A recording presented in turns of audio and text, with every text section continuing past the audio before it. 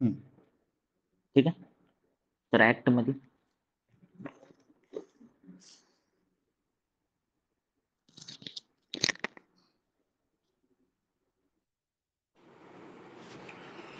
हां, तर ब्रिटिशकालीन कायदे तर स्टार्टिंगला 1773 होण्यापूर्वी रेग्युलेटिंग ऍक्ट म्हणजे 1773चा जे आपला आहे, तर त्याच्यापूर्वी तर जे काही 31 डिसेंबर 1600 मध्ये जे काही एलिझाबेथ राणी होती, तर तिनं कंपनीला वाट लावलं होतं, ईस्ट इंडिया कंपनी. ठीक आहे. आपला देश ब्रिटनच्या पूर्वेकडे आहे, त्याच्यामुळे ईस्ट इंडिया कंपनी. तर त्याच्यामुळं ती कंपनी इथं व्यापारासाठी आली. ठीक आहे. मग स्टार्टिंगला काय झालं होतं, 1764ला जे की आपण पाहतो बक्सरची लढाई झालेली. ठीक आहे. मग त्याच्यात अलाहाबादचा तह झाला. ठीक आहे. बक्सरच्या लढाईमध्ये आपण प्लासीची पाहतो, प्लासी झाली की बक्सरची. तर त्या अलाहाबादच्या तहमध्ये रॉबर्ट क्लाईव्ह होता. ठीक आहे. रॉबर्ट क्लाईव्ह होता. मग त्याच्याकडून एक फरमान मिळालं होतं. ठीक आहे. मग त्या फरमानामध्ये बंगाल, बिहार आणि ओरिसा तर याचे दिवाणी अधिकार म्हटले. ठीक आहे. दोन प्रकारचे अधिकार असतात, एक असतात दिवाणी आणि एक असतात फौजदारी. तर दिवाणी म्हणजे काय, जे काय पैशाचे रिलेटेड असतात, आणि मग उरलेले फौजदारी. ठीक आहे. तर मग 1773चा रेग्युलेटिंग ऍक्ट आला. ठीक आहे. मग कंपनीच्या कारभारावर नियंत्रण ठेवण्यासाठी तो ऍक्ट ब्रिटिश पार्लमेंटने पास केला. ठीक आहे. तर प्रधानमंत्री लॉर्ड नाथ यांनी स्थापन केलेल्या गुपित समितीच्या शिफारशीनुसार 1773चा ऍक्ट, आता हे तिथं लक्ष्मीकांतमध्ये नाही मुद्दा. ठीक आहे. प्रधानमंत्री लॉर्ड नाथ, तर त्याच्या गुपित समितीनुसार तो स्थापन झाला. ठीक आहे. मग आता बंगालचा जे काही गव्हर्नर होता, म्हणजे आधी बंगालचं वेगळं होतं, मुंबई आणि मद्रास. ठीक आहे. तर मग बंगालचा गव्हर्नर आता काय केला, बंगालचा गव्हर्नर जनरल केला. ठीक आहे. म्हणजे गव्हर्नर जनरल नाव लावण्यात आलं 1773च्या ऍक्टनुसार. आणि मग ते पहिला कोण, वॉरन हेस्टिंग. ठीक आहे. त्याच्यानंतर त्याच्यानंतर त्याच्यातला महत्वाचा मुद्दा, कोलकाता येथे एक सुप्रीम कोर्टाची स्थापन करण्यात आली. ठीक आहे. आता हे कोमुम लक्षात ठेवायचं, कोमुम. ठीक आहे. कोलकाता, मुंबई आणि मद्रास या 3 ठिकाणी हायकोर्टाची स्थापना करण्यात आली. आणि त्याच्यानंतर अलाहाबाद. ठीक आहे. त्याच्यानंतर बस याच्यात जास्त काही महत्वाचं नाही. आणि जे काही रिट्स असतात, आपण रिट्स पाहतो, तर ते कलकत्ता उच्च न्यायालयाला अधिकार होते रिट्स काढण्याचे. ठीक आहे. तर हे होता 1773चा ऍक्ट. मेन मुद्दे पाहतोय आपण, रिव्हिजन चालू आहे आपलं. त्यानंतर 1781चा ऍक्ट आला. ठीक आहे. तर त्यालाच आपण सेटलमेंट ऍक्ट म्हणतो. ठीक आहे. तर याच्यात पण काही महत्वाच्या जास्त तरतुदी करण्यात आल्या नाही. त्याच्यानंतर पुढचा महत्वाचा कायदा आहे पिट्स इंडिया ऍक्ट. ठीक आहे. आता हे आपल्या पेपरच्या दृष्टीनं महत्वाचं आहे, 1784चा. तर पिट्स कायदा आला. मग या कायद्यानुसार काय झालं, बोर्ड ऑफ डायरेक्टर आणि बोर्ड ऑफ कंट्रोल तर हे निर्माण करण्यात आलं. ठीक आहे. बोर्ड ऑफ डायरेक्टर आणि बोर्ड ऑफ कंट्रोल. आता डायरेक्टर काय काम करीत होतं, जे काही व्यापारी काम असतात, तर ते बोर्ड ऑफ डायरेक्टर पाहत होतं. ठीक आहे. आणि त्याच्यानंतर बोर्ड ऑफ कंट्रोल काय काम करत होतं, जे काय राजकीय कारभार असतो देशाचा, तर ते बोर्ड ऑफ कंट्रोल काम पाहत होतं. ठीक आहे. त्याच्यानंतर 1793चा. ठीक आहे. चार्टर ऍक्ट आला. मग पहिला चार्टर ऍक्ट कधी चालू झाला, 1793चा. ठीक आहे. आणि मग तिथून पुढे 20-20 वर्ष ऍड करीत जायचे. 1793 एक, 1813 एक आणि 1833. ठीक आहे. असे 3 चार्टर ऍक्ट आणले. मग ते चार्टर ऍक्ट नुसार 1793च्या काय करण्यात आलं, बोर्ड ऑफ कंट्रोलचे सर्व सदस्याचे आणि कर्मचाऱ्याचे पगार जे असतात, तर ते भारताच्या तिजोरीतून देण्यास सुरुवात झाली. ठीक आहे. तर हे महत्वाचं. आणि ते कधीपर्यंत दिले, 1919चा जे काय आपला मॉन्टेग्यूचन फड ऍक्ट आहे, तर तोपर्यंत ते तसंच चालत राहिलं. ठीक आहे. म्हणजे आपल्या जे काही तिजोरीवर ते बर्डन टाकण्यात आलं 1793च्या ऍक्ट. ठीक आहे. आणि मग इथून पुढेच 20-20 वर्ष कंटिन्यू करण्यात आलं ऍक्ट. मग 1813चा कायदा आला, चार्टर ऍक्ट. त्याच्यानुसार महत्वाचा मुद्दा काय, तर जे काय आपलं हे शिक्षण, एज्युकेशन, तर भारतात शिक्षणाचा प्रसार करण्यासाठी 1,00,000 रुपये वार्षिक रक्कम तरतूद करण्यात आली. ठीक आहे. याच्यातलं हे महत्वाचं पॉईंट आहे. त्याच्यानंतर जे काही ख्रिश्चन मिशनरी असतील तिथल्या, तर त्याचं प्रबोधन करण्यासाठी भारतात येण्याची परवानगी पण 1813च्या ऍक्टनं झाली. ठीक आहे. हे 2 पॉईंट एकदम महत्वाचे. ठीक आहे.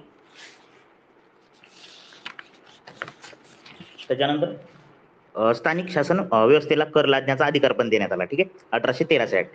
ठीक आहे. काहीच लक्षात राही नाही गेलं, ऍटलीस्ट तेवढं तर लक्षात ठेवा, 1,00,000 रुपयाची तरतूद एज्युकेशनसाठी स्टार्टिंगला इथं करण्यात आली. ठीक आहे.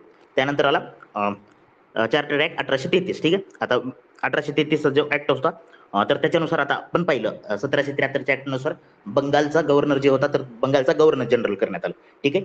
ते पाहिलं आपण, वॉरन हेस्टिंग पहिला. मग 1833च्या ऍक्टनं काय करण्यात आलं, बंगालचा पहिला गव्हर्नर जनरल जे होता, तर ते लॉर्ड विल्यम बेंटिंग करण्यात आलं. ठीक आहे. त्याला त्याला भारताचा करण्यात आला. ठीक आहे. आधी कुठं होता? बंगालचा. 3 गोष्टी लक्षात ठेवायच्या. एक बंगालचा गव्हर्नर जनरल जे की हेस्टिंग म्हणतो. ठीक आहे. त्यानंतर भारताचा पहिला गव्हर्नर जनरल विल्यम बेंटिक आणि त्याच्यानंतर आपला जे काही 1857 उठाव होते त्याच्यानंतर एक कायदा होतो 1858चा. ठीक आहे. त्या टायमाला व्हाईसरॉय पद निर्माण करण्यात येतं. ठीक आहे. हे गव्हर्नर जनरल कट करू. मग तो झाला आपला पहिला कॅनिंग. ठीक आहे. तर हे 3 नावं लक्षात ठेवायची, ज्यावर PYQ पण. ठीक आहे. तर भारताचा पहिला governor general Lord William Bentinck. ठीक आहे. त्याच्यानंतर या कायद्याने नवीन आग्रा प्रेसिडेन्सी एक तयार केली. हे पुस्तकात नाही, पण हे महत्वाचं एका जागी मला मेन्सला क्वेश्चन सापडलं. ठीक आहे. नवीन आग्रा प्रेसिडेन्सी तयार करण्यात आली. ठीक आहे. त्याच्यानंतर गव्हर्नर जनरलला भारताची गुलामगिरी प्रथा संपुष्टात आणण्यासाठी उपाययोजना करण्याची सुचवली. ठीक आहे. म्हणजे गुलामगिरी जी काही होती आपल्या इथं ती चालू, तर ती उपाययोजना करण्याची सुचवलं गेलं. पण ती नष्ट कधी केली गेली? 1843 ला केली गेली. ठीक आहे. एवढे मुद्दा साईडला लक्षात ठेवा, पुन्हा नोट डाऊन करून टाका. त्याच्यानंतर 1853 च एक डॉक्युमेंट. ठीक आहे. मग 1853 ला जे काय कायदा आला, तर त्याच्यात एक पहिले लेफ्टनंट गव्हर्नर होते. ठीक आहे. Frederick Halliday. ठीक आहे. फ्रेडरिक हेलिडे होते. त्याच्यानंतर त्याच्यात जास्त काही तेवढं महत्वाचं नाही या कायद्यात. ठीक आहे. त्याच्यानंतर आपल्यासाठी पेपरच्या दृष्टीने महत्वाचा कायदा 1858चा. ठीक आहे. जास्त पेपरवर क्वेश्चन कोणते? 1909चा कायदा, 1919चा कायदा आणि 1935चा कायदा. ठीक आहे. हे 3 कायदे आपल्या दृष्टीने जास्त महत्वाचे. मग हे बाकीचे दोन दोन महत्वाचे मुद्दे लक्षात राहिले तरी सफिशियंट आहे. ठीक आहे. आता 1858चा कायदा आपला रिसेंटली हे झालता, जे काही उठाव आहे तर ते झालता. मग या कायद्याने काय केलं? व्हाईसरॉय एक पद तयार करण्यात आलं. ठीक आहे. आणि मग त्याच्यानुसार लॉर्ड कॅनिंग हे पहिला व्हाईसरॉय करण्यात आला. आणि भारताचा पहिला भारत मंत्री कोण होता? तो लॉर्ड स्टॅनली होता. हे लक्षात ठेवायचं, कारण या कायद्यानं भारत मंत्री पद तयार करण्यात आलं 1858च्या. आता 3 पद पण लक्षात ठेवायचे. हाय कमिशनरचं एक पद निर्माण करण्यात आलेले, जे की 1919च्या कायद्यानं करण्यात आले. ठीक आहे. याच्यावर पण PYQ आहे. आणि भारत मंत्री जर विचारलं 1858चा कायदा. ठीक आहे. 61चा नाही, 1858चा कायदा. आणि भारत मंत्री हे पद कुठं होतं? लंडनमध्ये होतं, भारतामध्ये नव्हतं. ठीक आहे. लंडन मधून ते हँडल केलं जातं. ठीक आहे. भारत मंत्री पहिला भारत मंत्री कोण? Lord Stanley. ठीक आहे. त्याच्यानंतर जे काय आपण पाहिलं, बोर्ड ऑफ कंट्रोल आणि बोर्ड ऑफ डायरेक्टरची स्थापना केली, तर ते बंद करण्यात आलं 1858च्या कायद्याने. ठीक आहे. हे पण याच्यातला महत्वाचं पॉईंट. ते जे काही दुहेरी पद्धत होती शासन पद्धती, तर तिचा एंड करण्यात आला. त्याच्यानंतर 3 कायदे लक्षात ठेवायचे. India council act. ठीक आहे. 1861चा एक, त्याच्यानंतर 92चा एक आणि 1909चा एक. ठीक आहे. तर त्याला आपण इंडिया कौन्सिल किंवा भारतीय परिषद कायदा पण म्हणतो. ठीक आहे. आता या कायद्याने काय झालं? महत्वाचा पॉईंट, तर कॅबिनेट पद्धतीचा पाया घालण्यात आला. जी काही कॅबिनेट पद्धती त्यालाच आपण काय म्हणतो? खाते पद्धत म्हणतो. ठीक आहे. तर ते स्टार्ट करण्यात आलं 1861च्या कायद्यानुसार. ठीक आहे. आणि जे काही आपण केंद्रीकरण केलं होतं, म्हणजे बंगालच पूर्ण पॉवर देऊन टाकली होती, तर बॉम्बे आणि मद्रास प्रांतांना कायदे करण्याचा अधिकार पुन्हा देण्यात आला. ठीक आहे. म्हणजे त्याला काय म्हणतात? डिसेंट्रलायझेशन करण्यात आलं. त्यालाच आपण मराठीत म्हणतो विकेंद्रीकरण. ठीक आहे. 1861च्या ऍक्टनुसार. मग याच्यानुसार या कायद्यानुसार जे काही प्रातिनिधिक संस्थाचा प्रारंभ करण्यात आला. म्हणजे जर अशासकीय सदस्य जर व्हाईसरॉयच्या मंडळात जर ऍड करायचं, नॉमिनेटेड करायचं असलं, तर त्याला परवानगी देण्यात आली. मग त्याच्यानुसार 3 सदस्य ऍड केले. ठीक आहे. याच्यावर पण आपला क्वेश्चन आहे. तर त्या तिघाचे नाव पाठ ठेवायचे. एक बनारसचा राजा, पातियाळचे महाराज आणि सरदिनकरराव. ठीक आहे. तर याच्यावर PYQ आहे आपला. त्याच्यानंतर या कायद्याने पोर्टफोलिओ सिस्टम पण तयार करण्यात आली. ठीक आहे. हे पण आपल्यासाठी महत्वाचं पॉईंट आहे. आणि लक्षात ठेवायचं, व्हाईसरॉयला जे काय आपण आणीबाणी आता लावतो, ठीक आहे, तर ते आणीबाणीच्या टाइम मध्ये जे काय आपण ऑर्डिनन्स काढतो, म्हणजे अध्यादेश काढतो. ठीक आहे. तर त्याचा अध्यादेश काढण्याचा अधिकार व्हाईसरॉयला देण्यात आला 1861च्या कायद्यानुसार. ठीक आहे. तर या इतक्या तरी गोष्टी लक्षात ठेवा 61च्या कायद्यानुसार.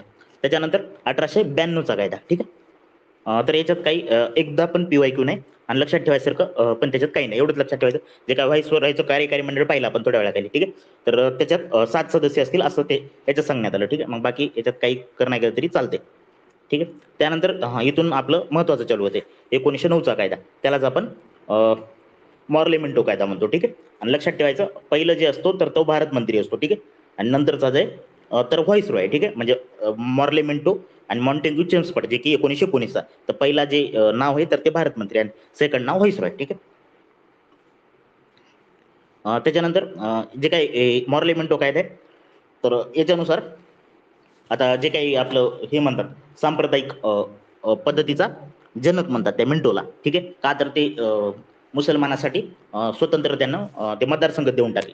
ठीक आहे. तर मुस्लिमसाठी स्वतंत्र मतदारसंघ कोणत्या कायद्यानुसार देण्यात आले तर 1909चा कायदा. ठीक आहे. आणि मग हेच वाईड लेवलला वाढवण्यात आलं 1919चा कायदा आणि 35ला तर अजून वाढवण्यात आलं. ठीक आहे. म्हणजे जे काय कास्ट वाईज ते सगळंच सगळ्यांना देऊन टाकलं त्यांनी. ठीक आहे. त्याच्यानंतर मग 1909चा जे काय कायदा झाला तर त्याचं महात्मा गांधीचं त्याच्यावर स्टेटमेंट एक आहे, मॉर्लेमेंटो सुधारणा आपल्या नाशाचे कारण ठरले आहे. ठीक आहे. तर हे महत्वाचं गांधीजींचं स्टेटमेंट आहे. त्याच्यानंतर निवडणुकीचं जे काही तत्व आहे तर प्रथमतःच अंशतः मान्य करण्यात आलं. ठीक आहे. हे पण महत्वाचं आहे. म्हणजे स्टार्टिंगला निवडणुकीचं तत्व त्या इंग्रजांनी कधी मान्य केलं तर ते 1909च्या कायद्यानुसार. आणि मग या कायद्यानुसार पहिल्यांदा निवडणूक आयोगाची संकल्पना अस्तित्वात आली. ठीक आहे. हे पण त्याच्यातला महत्वाचा पॉईंट आहे. त्याच्यानंतर 9च्या कायद्यात बाकी तर काही नाही. ठीक आहे. मिंटोचं एक स्टेटमेंट पडलेलं आहे गेल्या वर्षी, तर ते मी तर लिहिलं नाही. ठीक आहे. ते नंतर सांगतो किंवा ग्रुपला टाकतो. त्यानंतर 1919चा कायदा. ठीक आहे. मॉन्टेग्यू चेम्सफोर्ड कायदा म्हणून ओळखला जातो आपण. ठीक आहे. मग आता ते स्टार्टिंगलाच आपलं ते का तयार झाला तर ते युद्ध वगैरे झालं, पहिलं महायुद्ध. त्याच्यानंतर जे काही 1909चा कायदा होता तर ते कोणाला मान्य नव्हता. त्याच्यानंतर 1916ला अॅनी बेझंट आणि लोकमान्य टिळक यांनी होम रूल चळवळ केली, असं वगैरे कारणे घडले होते. मग त्याच्यामुळं ते मॉन्टेग्यू चेम्सफोर्ड आले आणि त्यांनी कायदा बनवला. ठीक आहे. 1909चा कायदा म्हणतो आपण त्याला. तर त्याच्यातलं एक PYQ महत्वाचा, तर त्याच्यात भारतीय कोण होते हेल्प करणारे तर भूपेंद्रनाथ बसू. ठीक आहे. तर महत्वाचा फॅक्ट आहे त्याच्यातलं, भूपेंद्रनाथ बसू, एवढं तरी लक्षात ठेवा. ठीक आहे. त्याच्यानंतर सर्वात महत्वाचा दुसरा PYQ याच्यातला, हाय कमिशनरचं पद निर्माण केलं. 2 ते 3 वेळा क्वेश्चन विचारला याच्यावर. ठीक आहे. आपण भारत मंत्री पाहिला 1858चा कायदा आणि हाय कमिशनर पद त्यालाच आपण मराठीत उच्च आयुक्त म्हणतो. तर ते 1919च्या कायद्याने तयार करण्यात आलं. ठीक आहे. मग पहिले उच्च आयुक्त कोण? विल्यम मेयर लक्षात ठेवायचे. ठीक आहे. William mayor. त्याच्यानंतर आता इथं कन्फ्यूज होतं. ठीक आहे. जे काय दुहेरी शासन पद्धती, द्विदल राज्य पद्धती म्हणजे डायरची आणण्यात आली. ठीक आहे. डायरची. ठीक आहे. डायरची म्हणजे कसं, एक सोपीव खाते आणि एक राखीव खातं असं 2 करण्यात आलं. ठीक आहे. मग आता सोपीवमध्ये काय, जे काही गव्हर्नर मार्फत मंत्र्याच्या सहाय्याने जे काही कामं केले जातील तर ते सोपीवमध्ये टाकले. म्हणजे जसे की आरोग्य, शिक्षण, त्याच्यानंतर स्थानिक स्वराज्य संस्था किंवा कृषी असे, तर ते सोपीवमध्ये टाकले. ठीक आहे. म्हणजे जे मंत्री कंट्रोल करेल. आणि राखीव म्हणजे कसं, गव्हर्नर मार्फत कंट्रोल करेल. हे मेन डिफरन्स आहे राखीव आणि सोपीव मधला. ठीक आहे. जे मंत्री कंट्रोल करेल तर ते सोपीव खाते, आणि जे राखीव कोणते, जे गव्हर्नरच्या मार्फत जे काही कार्यकारी मंडळ असेल त्याच्या मार्फत जे कंट्रोल केलं जाईल तर ते राखीव खाते. मग त्याच्यात कोणते, जे काही सगळं मेन पोलीस वगैरे, न्याय प्रशासन किंवा जेल, किंवा पैशाचं जमीन महसूल वगैरे वित्त. ठीक आहे. तर ते राखीवमध्ये विषय असतील. ठीक आहे. तर ते तेवढं लक्षात ठेवा, दोघातला डिफरन्स राखीव आणि सोपीव. हां, त्याच्यानंतर प्रथमच केंद्रात एक सदनी कायदेमंडळ, म्हणजे याच्या आधी जे काही सेंट्रल होतं तर तिथं म्हणजे एक गृहीत मंडळ होतं. ठीक आहे. तर तिथं काय करण्यात आलं, द्विगृही मंडळ करण्यात आलं. ठीक आहे. केंद्रात लक्षात ठेवायचा याच्यानुसार. मग त्याच्यानंतर जे काही 1919चा कायदा आहे तर त्याच्यानुसार केंद्रात द्विसदनी आणि प्रांतात द्विदल राज्य पद्धती आणण्यात आली. ठीक आहे. द्विदल राज्य पद्धतीने केंद्रात द्विसदनी. ठीक आहे. द्विसदनी गृह. ठीक आहे. त्याच्यानंतर या कायद्यात लोकसेवा आयोग निर्माण करण्याची तरतूद होती. पण लोकसेवा आयोग त्यालाच आपण UPSC म्हणतो. ते कसं स्थापन झालं तर ली कमिशन लक्षात ठेवायचं 1926चं आहे. ठीक आहे. तर त्याच्यानुसार UPSC स्थापना झालेली आहे. मग MPSC आपली नंतर झाली. ठीक आहे. त्याच्यात नाही. मला वाटतं MPSC 1935च्या कायद्यानुसार, पण UPSC लक्षात ठेवायचं ली कमिशन 1926चं. ठीक आहे. त्याच्यानंतर पण लोकसेवा आयोग निर्माण करण्याची तरतूद होती. जसं की आपण RBI पाहतो. आता RBI 1935च्या कायद्याने स्थापन झाली नाही, फक्त तरतूद होती. पण कायदा कधीचा 1934. तर त्या टाईपमध्ये UPSC मध्ये कन्फ्युज व्हायचं नाही. 1919 म्हणलं तर टिक करायचं नाही. ठीक आहे. तरतूद होती. त्याच्यानंतर याच्यावर स्टेटमेंट पण टिळकांचे 3 या कायद्यावर 1919च्या. ठीक आहे. तर ते 3 त्याच्या एकावर PYQ आपल्याला. उजाळडे पण सूर्य कुठे आहे हे पहिलं स्टेटमेंट. त्याच्यानंतर जनाब दिल्ली, अभी दिल्ली तो बहुत दूर आहे, आणि त्याच्यानंतर कबूल ना कबूल. ठीक आहे. तर हे 3 स्टेटमेंट महत्वाचे आहेत त्याच्यात. लोकमान्य टिळकाचे एक पडून गेले, 2 वर येईल क्वेश्चन कधी ना कधी. त्याच्यानंतर जे काय आपण हाय कमिशनर पाहिलं. ठीक आहे. या कायद्यानुसार स्थापन झालं. तर त्याचं काम काय होतं, जे काय भारतीय व्यापारावर देखरेख ठेवणं आणि इंग्लंडमध्ये शिक्षण घेत असलेल्या विद्यार्थ्यांची जे काही सोय आहे तर त्याची सोय करणं, आणि त्याच्यानंतर भारत सरकारसाठी लागणाऱ्या वस्तूची खरेदी करणं. ठीक आहे. तर ते असे कामं त्याचे होते. त्याच्यानंतर पहिले भारतीय हाय कमिशनर कोणते होते, दादिबा मेरवानजी दलाल. ठीक आहे. तर हे एक नाव लक्षात ठेवा, दादिबा मेरवानजी दलाल. त्याच्यानंतर 1935चा कायदा आला. ठीक आहे, 1935चा कायदा आला. मग 1935च्या कायद्यानं संघराज्याची निर्मिती करण्यात आली. आता हे सगळं महत्त्वाचं लक्षात ठेवायचं. द्विग्रही कायदेमंडळ तयार करण्यात आलं 1935च्या कायद्यानं. प्रांतिक स्वायत्तता, ठीक आहे, एकदम महत्त्वाचा पॉईंट आहे. प्रांतिक स्वायत्तता देण्यात आली. ठीक आहे, कोणत्या कायद्यानुसार? 1935च्या. त्यानंतर जातीय मतदारसंघाची निर्मिती करण्यात आली. फेडरल कोर्ट आपण म्हणतो. ठीक आहे, तर फेडरल कोर्टची स्थापना करण्यात आली. विषयाची विभागणी म्हणजेच आपण त्या सूच्या म्हणतो, समवर्ती सूची, राज्य सूची आणि केंद्र सूची, तर ते 1935च्या कायद्यात आहे. ठीक आहे, जे की आता पण आपल्या राज्यघटनेत आहे. त्यानंतर ब्रह्मदेश भारतापासून वेगळा करण्यात आला. हे एक महत्त्वाचा फॅक्ट आहे. त्याच्यानंतर केंद्रात द्विदल राज्य पद्धती, ठीक आहे, आणि इंडिया कौन्सिल जे काय आपण पाहिले कायदे 61चा 92चा वगैरे, तर ते सगळं रद्द करण्यात आलं आणि गव्हर्नर जनरलला विशेष अधिकार देण्यात आले. ठीक आहे, तर हे 5-6 पॉईंट तरी ॲटलिस्ट पाठ ठेवा. पहिला, संघराज्याची निर्मिती, द्विग्रही कायदे मंडळ, त्याच्यानंतर प्रांतिक स्वायत्तता, जातीय मतदारसंघाची निर्मिती, फेडरल कोर्टची स्थापना आणि जे काही विषय सब्जेक्ट विषयाची विभागणी, त्याच्यानंतर इंडिया कौन्सिल रद्द आणि गव्हर्नर जनरलला विशेष अधिकार देण्यात आले. या कायद्यात भाग 14 होते, 321 कलम आणि 10 परिशिष्ट होती. ठीक आहे, त्याच्यानंतर याच्या आधी या कायद्याचे स्त्रोत म्हणजे कुठून कुठून काय काय घेतलं होतं, तर सायमन अहवाल आलता, जे काय 1919चा कायदा आपण स्थापन केला. ठीक आहे, तर त्याच्यानंतर त्याची पडताळणी करण्यासाठी 10 वर्षांनी कायदा करा, म्हणजे एक समितीने सांगितलं होतं, तर ते सायमन समिती होती. ठीक आहे, तर ती 1927ची. त्यानंतर नेहरू रिपोर्टचा पण प्रभाव होता याच्यावर, जे की 1928ला आलता आणि हे पंडित जवाहरलाल नेहरू नसून मोतीलाल नेहरू होता. इथं एक कन्फ्यूज होऊ नका. त्यानंतर जिन्नाचे जे काही 14 मुद्दे होते, ठीक आहे, तर ते आणि श्वेतपत्रिका, ब्रिटिश सरकारने एक श्वेतपत्रिका मांडली होती, जे काय 3 राऊंड टेबल झाले. त्याच्यानंतर 1935चा कायदा होण्याच्या आधी श्वेतपत्रिका मांडली होती. तर या सगळ्या बाबीचा याच्यावर इम्पॅक्ट आहे 1935चा कायदा, आणि 1935च्या कायद्यावरच आपलं संविधान डिपेंड आहे जवळपास 60 ते 70%. म्हणजे याच्यातून तरतुदी घेण्यात आलेल्या आहेत. लक्षात ठेवायचं, जे काही मी द्विदल शासन पद्धती म्हणालो, तर ती 1935च्या कायद्यानं केंद्रात आहे, राज्यात म्हणायचं नाही. आणि जे काही 1919च्या कायद्यात आहे, तर तिथं स्टेटमध्ये आहे. ठीक आहे, दोघातला हे मेन डिफरन्स आहे, जिथं एक वेळ माझा पण क्वेश्चन चुकला होता. ठीक आहे, केंद्रात द्विदल शासन पद्धती 1935च्या कायद्यानं. ठीक आहे, कोणतं एक पाठ करा, मग वाईस वर्षा दुसरं ते आपल्याला लक्षात राहून जातं. ठीक आहे, आणि त्याच्यानंतर 11 पैकी 6 प्रांतात द्विसदनी कायदेमंडळाची तरतूद करण्यात आली. आता 2023चाच PYQ आपला. ठीक आहे, 50 वर्ष काहीतरी 1983ला काहीतरी 87ला कोणत्या विधान परिषदेला झालं, त्याच काहीतरी क्वेश्चन पडला होता, जे की आपल्या महाराष्ट्राच्या झालता. 1937ची स्थापना आहे, तर 3 स्टेटमध्ये 6 स्टेटमध्ये स्थापना झाली. ठीक आहे, 11 पैकी. त्याच्यानंतर या कायद्यात दुसरं काय महत्वाचं आहे, फेडरल असेंब्ली स्थापना, हे काही तेवढं नाही केलं. लक्षात ठेवायचं, केंद्र सूचीमध्ये 59 विषय होते, प्रांत सूचीमध्ये 54 आणि समवर्ती सूचीमध्ये 36. आपली MPSC काही पण विचारते असे फॅक्ट वगैरे. त्याच्यानंतर याच्यावर स्टेटमेंट टीकावर 1-2दा क्वेश्चन पडलेला आहे. तर नेहरूंनी काय म्हटलेलं आहे, तर एक प्रबळ ब्रेक्स असलेले मात्र इंजन नसलेले मिशन म्हणजे 1935चा कायदा आहे. ठीक आहे, हे ॲज इट इज पाठ करायचं, कारण याच्यावर खूप वेळेस क्वेश्चन आहे. त्यानंतर राजगोपालचारी यांनी म्हटलेले द्विशासनापेक्षा खराब. ठीक आहे, हे त्यांचं स्टेटमेंट आहे. त्यानंतर बॅरिस्टर जिन्ना संपूर्णपणे कुजलेला, मूलभूतरित्या अयोग्य आणि पूर्णपणे नॉट ॲक्सेप्टेबल. ठीक आहे, तर ते असं जिन्नानं म्हटलेलं. ठीक आहे,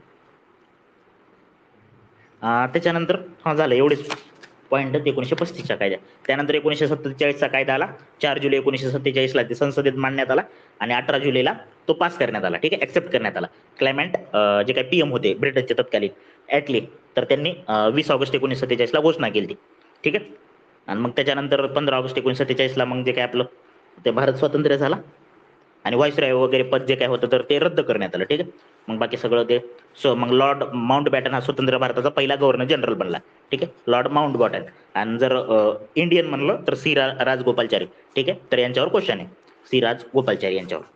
ठीक आहे, त्याच्यानंतर याच्यावर एकच क्वेश्चन आहे मला वाटतं, दोन क्वेश्चन आहेत आतापर्यंत, आणि सगळ्यात जास्त क्वेश्चन 1935च्या कायद्यावर, तर ते तेवढे तरी फॅक्ट्स लक्षात ठेवा.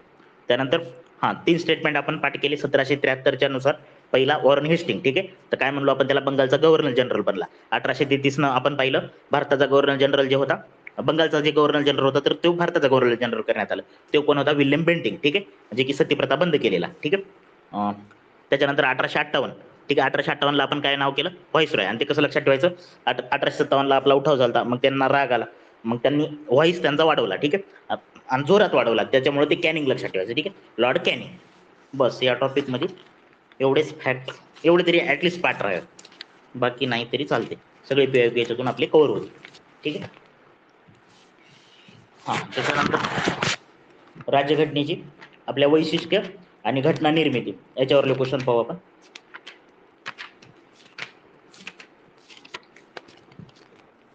हा, कोणाकडून काय काय घेण्यात आलं हे सर्वात महत्वाचा, म्हणजे एक दोन वर्ष गेले की त्याच्यावर रेग्युलर क्वेश्चन असतो. ठीक आहे. नोट्स कुठे गेले? हा, लक्षात ठेवायचं घटना निर्मितीमध्ये लक्षात ठेवायचं, स्टार्टिंग पासून घेतो. 1940 ऑगस्ट संधी आली. ठीक आहे, त्यालाच आपण ऑगस्ट ऑफर म्हणतो. त्याच्यानंतर 1942, ठीक आहे, स्टॅफर्ड क्रिप्स भारतात आले. ठीक आहे, त्यालाच आपण क्रिप्स मिशन म्हणतो. ठीक आहे, आणि 1946 कॅबिनेट मिशन आलं. आता कॅबिनेट मिशन मध्ये 3 नावं लक्षात ठेवायचे, एक क्रिप्स, लॉरेन्स आणि अलेक्झांडर. ठीक आहे, हे 3 नावं पाठच करायचे कॅबिनेट मिशन मध्ये.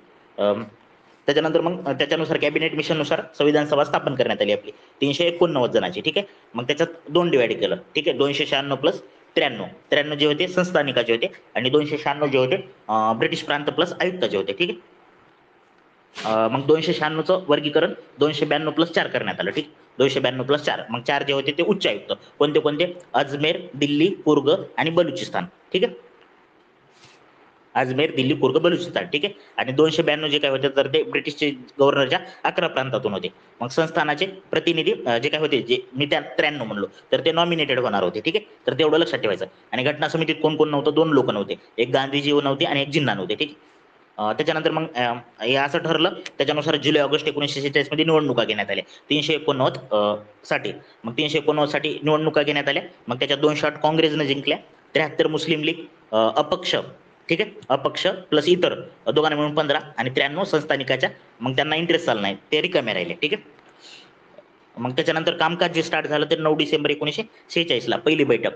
ठीक आहे, त्याच्यानंतर मुस्लिम लीगने याच्यावर बहिष्कार टाकला. मग हंगामी अध्यक्ष होते सच्चिदानंद सिन्हा. मग फ्रान्समध्ये एक प्रथा आहे, जे काही ज्येष्ठ व्यक्ती असेल तिथला, तर त्याला अध्यक्ष केलं जातं, त्याच्यानुसार ते केलं सच्चिदानंद सिन्हाला. मग परमनंट कधी झालं अध्यक्ष, तर ते लक्षात ठेवायचं 9 डिसेंबरला नाही, 11 डिसेंबर 1946 ला, जे की राजेंद्र प्रसाद पहिले अध्यक्ष परमनंट असलेले. ठीक आहे, आणि HC मुखर्जीला उपाध्यक्ष करण्यात आलं. ठीक आहे, HC मुखर्जी उपाध्यक्ष. त्यानंतर BN राव जे होते तर ते सल्लागार होते. त्यानंतर 13 डिसेंबर 1946 ला उद्दिष्टाचा ठराव मांडण्यात आला, जे की कधी ऍक्सेप्ट केला 22 जानेवारी 1947 ला. ठीक आहे, त्यालाच आपण सारनामा म्हणतो, आणि याच्यावर 2 ते 3 वेळा क्वेश्चन आहे, जे की नेहरूने मांडलेला होता. ठीक आहे, त्यानंतर 17 नोव्हेंबर 1947 ला कायदे मंडळ म्हणून घटना समिती अस्तित्वात आली, आणि जे पहिले कोण होते, GV माळवणकर होते. ठीक आहे, त्याच्यानंतर 389, आता भारत आणि पाकिस्तानचं जे काही डिवाइड झालं, तर त्याच्यामुळं मग 389 मधून ते 90 कॅन्सल झाले, त्या साईडला गेले, मग 299 राहिले आपले. ठीक आहे, मग आता काय काय चेंज झाले आपल्या, ते डिवाइड झाले ना, जे काही पाकिस्तान लीगचे बाहेर पडले ना, जे काही ब्रिटिश प्रांताचे 296 होते ते झाले 229, संस्थानाचे जे काही 93 होते तर ते आले 70 वर. ठीक आहे, त्याच्यानंतर राष्ट्रकुल सदस्य होतो मे 1949, राष्ट्रध्वज 22 जुलै 1947, आणि 3 लक्षात ठेवायचे, राष्ट्रपती, राष्ट्रगान आणि राष्ट्रगीत तर 24 जानेवारी 1950 ला. ठीक आहे, तर हे ऍक्सेप्ट झालं. आणि सर्वोच्च न्यायालयाची स्थापना 28 जानेवारी 1950 आहे. ठीक आहे, कार्य स्टार्ट झाले 28 जानेवारी. त्यानंतर समित्या आपल्यासाठी, त्याच्यावर पण PYQ रेग्युलर असतो.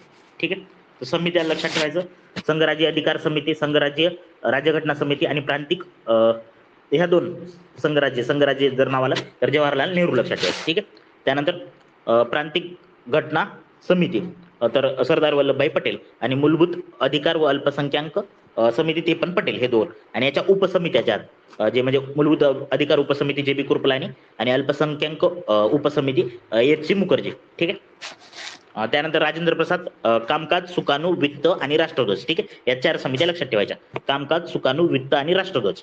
गृह समिती म्हणलं तर पटेल म्हणायचं नाही. ठीक आहे, पट्टाभी सीतारामय्या, इथं कन्फ्युज होऊ शकतो, कारण ते आपले गृहमंत्री होते ना स्टार्टिंगला, तर त्याच्यावरून टिक करायचं नाही, ते गृह पट्टाभी सीतारामय्या वेगळं पाठ करा. कामकाज क्रम KM मुशे. ठीक आहे, कामावरून लक्षात ठेवायचं, कामकाज KM.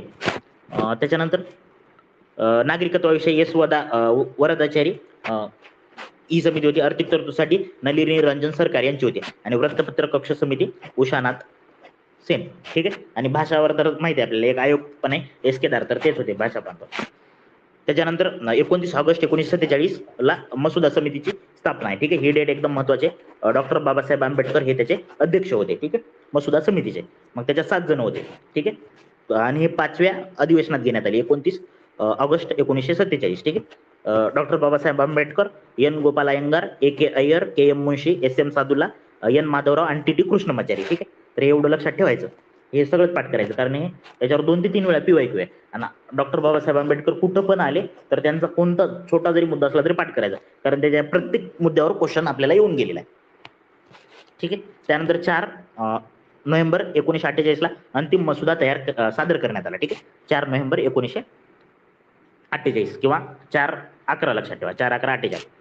त्यानंतर 26 नोव्हेंबर 1949 ला मसुदा ठराव संमत झाला आणि मग 284 जणांच्या तिथं साईन वगैरे होत्या. 395 कलमी 8 परिशिष्ट, ते काय बेसिक आहे ते आपल्याला कळून जातं, ठीक आहे.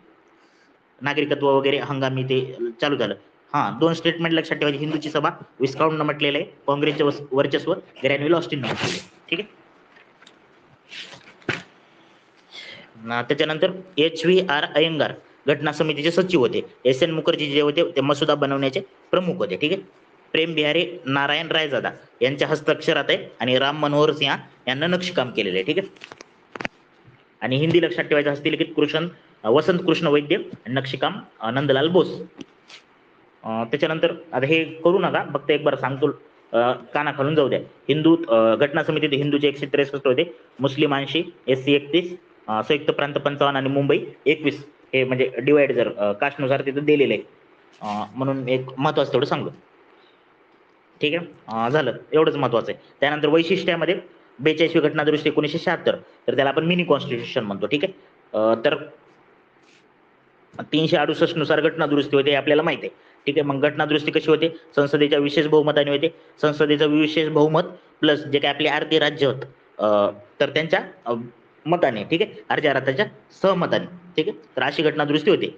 आता संघराज्य आणि एकात्मिक वैशिष्ट्य, तर याच्यावर पण PYQ पडून गेलेला आहे, लक्षात ठेवायचं. संघराज्यामध्ये लिखित राज्यघटना, संघराज्याची सांगतो आधी, लिखित राज्यघटना, राज्य घटनेचे श्रेष्ठत्व, ताठर राज्यघटना आणि स्वतंत्र राज्यघटना, ठीक आहे. आणि द्विगृही पद्धती, तर हे संघराज्याचे वैशिष्ट्य आहे, ठीक आहे. त्याच्यानंतर एकात्मिक कोणते? जे काही सेंट्रलाइज करतील, म्हणजे केंद्र प्रशासन, म्हणजे फक्त केंद्र सरकारच, एकच राज्यघटना आहे, एकेरी नागरिकत्व, लवचिक राज्यघटना, एकात्मिक आणि आणीबाणी तरतुदी, ठीक आहे. अखिल भारतीय सेवा आणि राज्यपालाची जी काही निवडणूक होती केंद्रातर्फे, तर ह्या झाल्या एकात्मिक तरतुदी, ठीक आहे. कोणतं एक पाठ करा, लवचिक, ताठर, मग तिथं कन्फ्युज होऊ नका, ठीक आहे. एकात्मिक म्हणलं तर लवचिक, एकात्मिक, आणीबाणी, एकेरी नागरिकत्व, एक राज्यघटना, प्रबळ केंद्र शासन, अखिल भारतीय सेवा. त्याच्यानंतर भारत देश सार्वभौम आहे, संसद नाही, हे एक वाक्य लक्षात ठेवा, ठीक आहे. संसद सार्वभौम नाही आपली, भारत देश सार्वभौम आहे, ठीक आहे. त्याच्यानंतर वैशिष्ट्यामध्ये दुसरं, मूलभूत हक्कावर बंधने आहेत का? तर ऑब्विसली आहेत. त्याच्यानंतर DPSP आहेत आपल्या, त्याला नाविन्यपूर्ण वैशिष्ट्य डॉक्टर बाबासाहेब आंबेडकर यांनी म्हटलेलं आहे, ठीक आहे. न्यायालयात जाता येत नाही DPSP बाबतीत, ते आपल्याला माहित आहे. कर्तव्या बाबतीत पण नाही जाता येत. त्याच्यानंतर एक खटला आहे, मिनर्वा मिल्स खटला वर्सेस संघराज्य 1980चा. मग त्याच्यात सांगितलेलं आहे मूलभूत हक्क आणि मार्गदर्शक तत्व याच्या बॅलन्सवर आपली राज्यघटना डिपेंड आहे, ठीक आहे. म्हणजे त्या दोघांच्या बॅलन्सवर आहे, दोघाला कट करता येत नाही, ठीक आहे. त्यानंतर भाग 4 आहे, त्याच्यात आपण 51 आर्टिकल ऍड केलेले मूलभूत कर्तव्य, जे की सुवर्ण सिंह समितीने म्हटलेलं होतं, ठीक आहे. ते कोण्या घटना दुरुस्तीनं? 42व्या घटना दुरुस्तीनं. त्यानंतर धर्मनिरपेक्ष म्हणजे काय, तर ते कळून जाते, हे काही सांगित बसत नाही याचे अर्थ, ठीक आहे. त्याच्यानंतर महिलांना अधिकार, ठीक आहे. महिलांना अधिकार वोटिंगचा 1920 ला अमेरिकेत देण्यात आलेला आहे, 1928 ला ब्रिटिशमध्ये देण्यात आलेला आहे, 1995 ला फ्रान्समध्ये आणि 1971 ला स्वित्झर्लंडमध्ये, ठीक आहे. 1945 लक्षात ठेवा, सॉरी, 45 फ्रान्स, ठीक आहे. 45 फ्रान्स आणि 71 स्वित्झर्लंड. त्याच्यानंतर 44व्या घटना दुरुस्तीनं सशस्त्र उठाव हा शब्द टाकण्यात आलेला आहे, ठीक आहे. एक महत्वाचा फॅक्ट आहे. त्यानंतर 97 घटना दुरुस्ती 2011ची, तर हे पण महत्वाचं आहे. 43B जे काही सहकार्याचे कलम तर ऍड करण्यात आले. आणि पंचायत राजमध्ये म्हणलं तर 243 ZST जट्टी सहकार, ठीक आहे.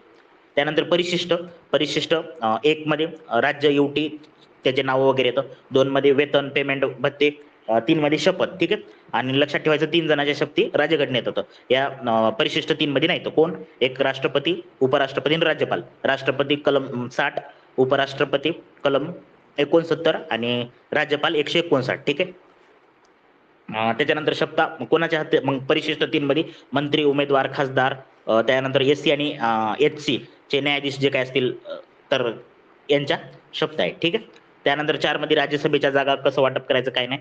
त्यानंतर 5 मध्ये अनुसूचित क्षेत्रे जमातीचं प्रशासन, 6 मध्ये आसाम, मेघालय, मिझोराम, मेघालय आणि त्रिपुरा यांच्या बाबतीत तरतुदी. 7 मध्ये सूची आता आपल्याला माहिती आहे 3 केंद्र सूची, राज्य सूची आणि समवर्ती सूची, जी की आपण ऑस्ट्रेलियाकडून घेतली समवर्ती. त्यानंतर 8 मध्ये भाषा येतात, जे की आपल्या 22 येतात. ठीक आहे.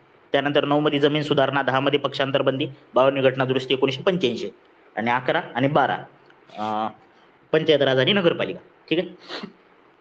भाग 5 मध्ये लक्षात ठेवायचं आपल्या घटनेच्या संघ म्हणजे जे काही केंद्र सरकार आहे. भाग 6 मध्ये राज्य सरकार आहे. 8 मध्ये केंद्रशासित प्रदेश आहे. 10 मध्ये अनुसूचित आदिवासी क्षेत्र, 13 मध्ये व्यापार वाणिज्य, 14 मध्ये हे पीवायक्यू आहे आपला. भाग 15 मध्ये ऍड केलं तर चूक केलं तर त्यांनी. 14 मध्ये यूपीएससी एमपीएससी. ठीक आहे. 14 ए मध्ये न्यायाधिकरण आहेत. 15 मध्ये याचे हे पण पीवायक्यू आहे आपला. 15 निवडणूक आयोग आहे आपला. ठीक आहे. भाग 15 मध्ये. भाग 17 मध्ये भाषा, हे पण आपला पीवायक्यू आहे. भाग 17 भाषा रिलेटेड आहे. ठीक आहे. त्यानंतर भाग 18 हे पण आपला पीवायक्यू आहे. आणीबाणी. ठीक आहे. आणि भाग 20 घटना दुरुस्ती, हे पण आपला पीवायक्यू आहे. म्हणजे हे सगळं पाठच करा 5 ते 20 पर्यंत महत्वाचे. मी सांगलेले तेवढे 5 संघ केंद्र सरकार, 6 राज्य सरकार, 8 केंद्रशासित प्रदेश म्हणजे युटी, 13 व्यापार वाणिज्य, 14 यूपीएससी, 15 निवडणूक आयोग, 17 भाषा, 18 आणीबाणी आणि 20 घटना दुरुस्ती. ठीक. त्याच्यानंतर स्टेटमेंट आपल्या याला टाकलेले आहेत किंवा टाकतो पण. ठीक आहे. मग राज्यघटनेचे स्त्रोत आपण 1935च्या कायद्यातून काय काय घेतलंय, लोकसेवा आयोग. ठीक आहे.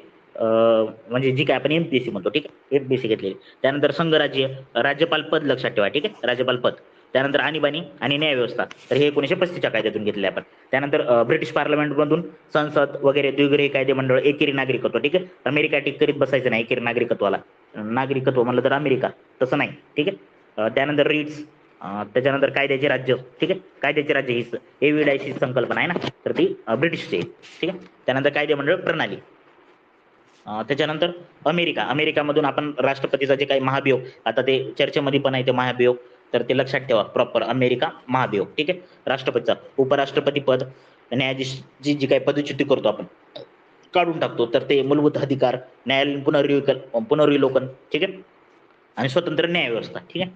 एकेरी नागरिकत्व म्हणलं तर ब्रिटिश. ठीक आहे. त्यानंतर आयर्लंड मधून आपण डीपीएसपी, राष्ट्रपतीची निवडणुकीची पद्धत. ठीक आहे. आता अमेरिकेने काढून टाकायचं सांगितलंय आणि आयर्लंडनं राष्ट्रपतीला तिथं ठेवायला सांगितलं. ठीक आहे. या दोघातला फरक.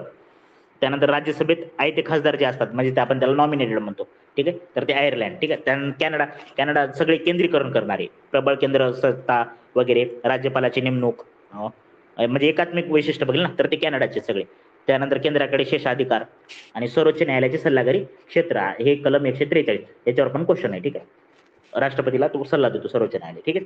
त्यानंतर ऑस्ट्रेलियाचे कॉमन लक्षात ठेवायचे, समवर्ती सूची किंवा आपण संयुक्त बैठक, कलम मला वाटतं 108 मध्ये एक आहे की, बरोबर 108 मध्ये. ठीक आहे. त्यानंतर समवर्ती सूची, व्यापार स्वातंत्र्य, तर हे ऑस्ट्रेलिया. त्यानंतर जर्मनी मूलभूत हक्क मध्ये जे काही निलंबन होतं आणीबाणीत, म्हणजे सस्पेंड होतात ना, मला वाटतं कलम 20 आणि 21 काहीतरी सोडून, तर ते आपण जर्मनीकडून घेतलेलं आहे. ठीक आहे. रशिया कर्तव्य घेतलेत आपण, जे काही सामाजिक आर्थिक राजकीय न्याय, तर हे आपण ते प्रिएम्बल मध्ये आहे ना, तर ते रशियाकडून घेतलेले आहे आपण. त्यानंतर दक्षिण आफ्रिका घटना दुरुस्ती लक्षात ठेवायची, सगळ्यात महत्वाचं. ठीक. दक्षिण आफ्रिका.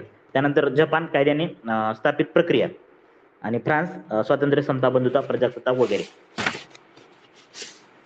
ठीक आहे. त्याच्यानंतर पुढचा टॉपिक आहे सारनामा. आता सारनामा असलेली पहिली राज्यघटना अमेरिका आहे, कर्तव्याची सूची जपानमध्ये आहे. ठीक आहे.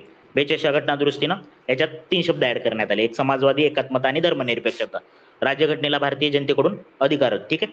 मग 13 डिसेंबर 1946 ला जे काही उद्दिष्टाचा ठराव मानला होता, तर तेच नंतर पास झाला 22 जानेवारी 1947 ला, आणि त्यालाच आपण सारनामा म्हणतो. याची ट्रिक लक्षात ठेवायची, सा स ध लोग. ठीक आहे. आणि न्यास्वास म्हणजे न्याय, स्वातंत्र्य, समानता, आणि त्याच्यानंतर एकता, एकात्मता आणि बंधुता. ठीक आहे. आणि 3 शब्द लक्षात ठेवायचे. 42व्या घटना समाजवादी, एकात्मता आणि धर्मनिरपेक्षता. ठीक आहे. समाज एक असतो आणि ते धर्मामुळे टिकलेला असतो, असं काहीतरी लक्षात ठेवा. त्यानंतर भारतीय समाजवाद हा गांधीवादाकडे झुकलेला आहे, हे महत्वाचं स्टेटमेंट आहे, ते कळून पण जातं आपल्याला. ठीक आहे. स्वातंत्र्य आणि समानता एकमेकापासून वेगळं करता येत नाही, हे पण एक स्टेटमेंट महत्वाचं आहे. त्यानंतर प्रजासत्ताक म्हणजे काय, राजकीय सार्वभौमत्व जे काय असतं तर ते लोकांकडे असतं, म्हणजे लोकांकडे कंट्रोल असतं, म्हणजे आपण काढून टाकू शकतो ना त्यांना, तर त्याला म्हणतो आपण प्रजासत्ताक. आणि मग कोणालाही विशेष अधिकार नसतो, तर त्या स्टेटला म्हणतात प्रजासत्ताक, जे की आपलं आहे. त्यानंतर कलम 325 एक लक्षात ठेवायचं, त्याच्यानुसार धर्म, वंश, जात, लिंग याच्यानुसार म्हणजे भेदभाव केला जाणार नाही मतदार यादीत ऍड करण्यात. मग हे फंडामेंटल राईट पण आहे, जे की फंडामेंटल राईट मध्ये नाही पण बाहेर आहे. ठीक आहे, त्याच्यामध्ये 325 येतं. त्यानंतर के एम मुन्शी, प्रत्येक व्यक्तीचे व्यक्तिमत्व पवित्र आहे, असं त्यांनी स्टेटमेंट दिले या बाबतीत. त्यानंतर याला सरनाम्यालाच कुंडली कोण म्हणले, के एम मुन्शी. त्याच्यानंतर पंडित भार्गवनं आत्मा, गुरुकिल्ली, रत्न. आता हे लक्षात ठेवायचं, ते पंडित आहे ना म्हणजे महाराज आहे, मग महाराज अशाच काहीतरी गोष्टी मारणार, आत्मा वगैरे, किल्ली, रत्नाना असं काहीतरी. ठीक आहे. ओळखपत्र येणे पालखीवाला 2023चा क्वेश्चन आहे, येणे पालखीवाला ओळखपत्र म्हटलेलं. ठीक आहे. त्यानंतर याच्यावर रिलेटेड 3 खटले लक्षात ठेवायचे, एक बेरुबारी केशवानंद खटला 73चा आणि निगम खटला, त्यालाच आपण LIC खटला म्हणतो 1995चा. बेरुबारी म्हटलं राज्यघटनेचा भाग नाही. ठीक आहे. मग केशवानंद मध्ये म्हटलं आहे आणि निगम मध्ये म्हटलं म्हणजे LIC खटल्यामध्ये एकात्मिक म्हणजे न वेगळा करता येणारा सारनामा हा राज्यघटनेचा भाग आहे. ठीक आहे. मग सारनामा कायदे मंडळाच्या अधिकाराचा स्रोत नाही, म्हणजे तिथून कुठं पॉवर भेटत नाही कोणाला, त्याच्या अधिकारावर बंधने वगैरे घालता येत नाही. त्यानंतर यातील तरतुदी न्यायालयाद्वारे लागू करता येत नाही. ठीक आहे. म्हणजे ते हे नाही आपलं कर्तव्यासारखं DPSP सारखं. ठीक आहे. सारनाम्यात दुरुस्ती करता येते का, तर करता येते आणि आपण केलेली पण आहे 42 घटना दुरुस्ती 1976 नुसार. मग 3 शब्द टाकले होते, समाजवादी, एकात्मता आणि धर्मनिरपेक्षता. ठीक. पण असं सांगितलं की स्वानंद खटल्यामध्ये त्याचं बेसिक स्ट्रक्चर वगैरे काहीतरी चेंज करता येत नाही. ठीक आहे. तर ते महत्वाचं फॅक्ट आहे. त्याच्यानंतर पुढचा टॉपिक आपला संघ राज्य व त्याचे क्षेत्र. ठीक आहे. समजायले का एकदा सांगा मला, आणि मी एकटाच बोलत बसेल. गव्हर्नमेंटचं एकच लेक्चर आहे का? हा, एन्व्हायरमेंटचं नाही रे, ते रेकॉर्डिंगच झालं नाही, आता काय सांगू. समजत आहे का? ठीक आहे. ठीक आहे, घेतो पुढे. ठीक आहे. राज्याचा संघ. राज्याचा संघ तर भारताचे क्षेत्र, भारताच्या क्षेत्रामध्ये 3 गोष्टी येतात, एक राज्याचे क्षेत्र UT आणि भारत सरकार जे काय भविष्यात मिळवल क्षेत्र, तर ते एवढं सगळं त्या कन्सेप्टमध्ये येतं. ठीक आहे. तर भारताचे क्षेत्र ही व्यापक संज्ञा आहे. ठीक आहे. राज्याच्या संघापेक्षा कसं, आता राज्याचा संघ म्हणजे आता आपलं जे काय आताचा इंडिया आहे. ठीक आहे. आणि भारताचे क्षेत्र म्हणजे काय, आपण जर नंतर मारामारी किंवा युद्ध करून जर कॅप्चर केलं तर ते पण येतं त्याच्यात, त्याच्यामुळे ती मोठी संकल्पना आहे. ठीक आहे. तर असं कलम 1 मध्ये म्हणले राज्याचा संघ, मग इंडिया इज भारत, ते कलम 1 मध्ये दिलेली. ठीक आहे. मग त्याच्यानंतर कलम जे काही 3 आहे तर ते 2 आणि 3.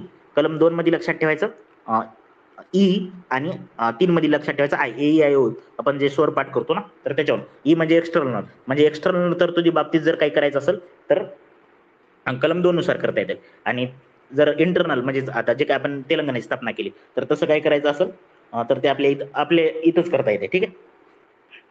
म्हणजे कलम 3 नुसार करता येते. तर कलम 3 मध्ये राष्ट्रपतीची पूर्वपरवानगी गरजेची असते, हे महत्वाचं आहे, याच्यावर क्वेश्चन पण आहे. ठीक आहे. राष्ट्रपतीची पूर्वपरवानगी गरजेची असते कलम 3 नुसार. त्यानंतर राष्ट्रपती ते विधेयक संबंधित राज्य विधिमंडळाकडे पाठवतील, मग ते राज्य विधिमंडळ काय करेल, मग ते त्याचे बंधनकारक नाही, म्हणजे त्यांनी जरी कॅन्सल केलं तरी याला कायदा करता येते, म्हणजे पाठवलं म्हणजे त्यांनी कॅन्सल केलं किंवा हे कॅन्सल होणार असं काही नाही. ठीक आहे. आणि पुन्हा याला जर यांनी काही दुरुस्ती केली, म्हणजे समजा राज्य विधिमंडळाकडे पाठवलं, राज्य विधिमंडळ काहीतरी चेंज केलाय, आम्हाला चेंज करायचं आहे, आणि ते जर याने पाठवलं आणि मग यालाच काहीतरी यांनी चेंज केलं केंद्र सरकारनं, तर रिपीट पाठवायची गरज नाही की आम्ही असं पुन्हा चेंज केलंय बाबा. ठीक आहे.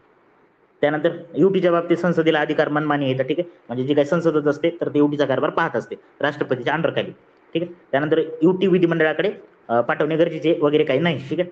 भारत हा विनाशी राज्याचा अविनाशी संघ आहे. ठीक आहे. म्हणजे राज्य आपले डिस्ट्रॉय करता येतात, म्हणजे महाराष्ट्र, गुजरात वगैरे सगळं एका जागी करता येतं, पण पूर्ण असं केरळचं केरळला किंवा महाराष्ट्राला देश म्हणून घोषित करता येत नाही.